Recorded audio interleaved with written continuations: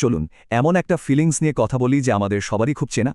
ধরুন বাইরে ঝুম বৃষ্টি আর নাকে আসছে ভেজা মাটির সেই সোঁদা গন্ধটা। আর ঠিক তখনই হুট করে মনে পড়ে গেল ছোটবেলার সেই দিনগুলোর কথা। এই যে পুরনো দিনের কথা মনে করে ভালো লাগে, এই ফিলিংসটার কিন্তু একটা নাম আছে। ইংরেজিতে এই ফিলিংসটাকে কি বলে বলুন তো? শব্দটা হল রেমিনিসেন্ট, মানে এমন কিছু যা পুরনো স্মৃতি মনে করিয়ে দেয়। সাধারণত এটা একটা পজিটিভ নস্টালজিক ফিলিংস বোঝায়, অনেকটা মিষ্টি একটা স্মৃতির মতো। আচ্ছা, চলুন এবার বাক্যে এর ব্যবহারটা দেখে নেওয়া যাক। এখানে দেখুন, একজন সিইও তার কোম্পানির শুরুর দিনগুলো নিয়ে একটা স্পিচ দিচ্ছেন। তার কথাগুলো ছিল রেমিনেসেন্ট, কারণ এটা সবার মনে পুরনো স্মৃতি জাগিয়ে তুলছিল। চলুন আরেকটা উদাহরণ দেখি, এবার একটা বিজ্ঞাপন নিয়ে। বিজ্ঞাপনটা স্টাইলটা ছিল পুরনো দিনের সিনেমার মতো, তাই বলা হচ্ছে এটা রেমিনিসেন্ট।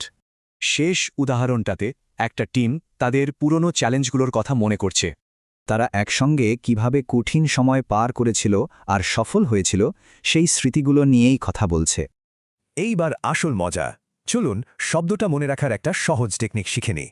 শব্দটাকে দুই ভাগে ভাঙি। প্রথম অংশ রেমি, যেটা শুনতে অনেকটা রিমাইন্ডের মতো। আর শেষের অংশটা হলো সেন্ট। সেন্ট মানে তো গন্ধ, তাই না? যেমন বৃষ্টির গন্ধ। তাহলে কি দাঁড়ালো? রিমাইন্ড আর সেন্ট, মানে এমন একটা গন্ধ যা কিছু মনে করিয়ে দেয়। ব্যাস, এবার এই শব্দটা ব্যবহার করার পালা। একটু ভাবা যাক তো, এমন কোন গান আছে যা স্কুলের দিনগুলোর কথা মনে করিয়ে দেয়?